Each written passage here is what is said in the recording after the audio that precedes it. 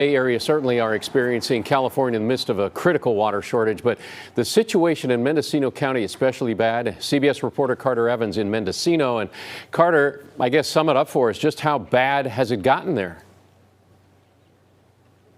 Well, it's gotten pretty bad, but you wouldn't know it by looking at it here. I mean, everything looks normal. In fact, there are a lot of tourists here right now, and that is actually making the situation a lot worse. This town operates entirely on a well system, private wells. There are wells in people's backyards. Businesses have wells, and many of them were dug more than 100 years ago.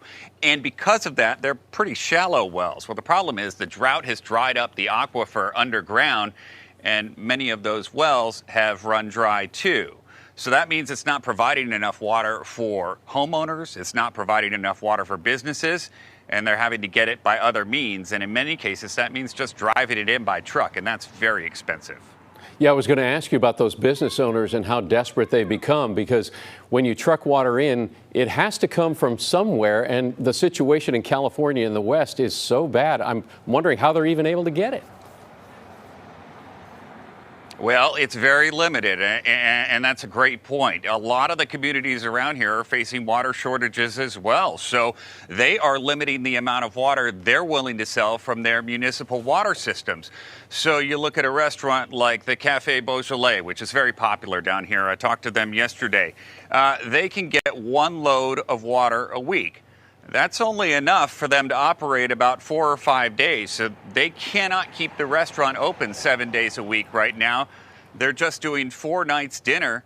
They got to make sure they don't run out of water. They got to wash the dishes. They got to operate the bathroom. And really, at some point, you're going to see restaurants starting to switch over to paper plates and plastic utensils. And some businesses are already putting out porta potties and closing their restrooms because you're buying all this expensive water, trucking it into town, and then just flushing it down the toilet. Also, keep in mind, about 2,000 tourists coming through this town every day. How do you communicate this message to them and still let them enjoy their vacations here? Well, and of course, the country just coming out of the pandemic, and hopefully we don't have to go backwards on that. But have businesses, they've had a tough time. Have any closed that you know of?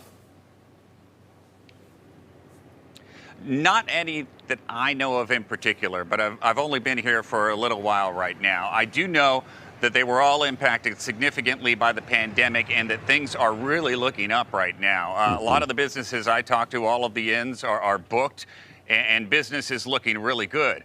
They just need to have enough water to keep the business doors open.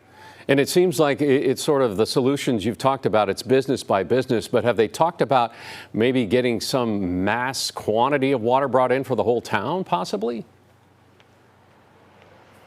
Yeah, so they're looking at all sorts of different solutions. The immediate solutions they're looking at, one possibility is bringing it in by train.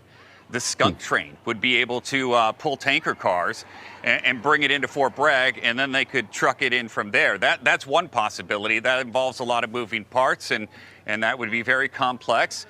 There is also the idea of putting in a municipal water system here. Of course, that would be very, very expensive, and it would require lots of zoning variances right now. Of course, this town, keeps its charm by keeping its old ways here, and for many years that's meant the wells, but a lot of people here are saying maybe it's time to upgrade.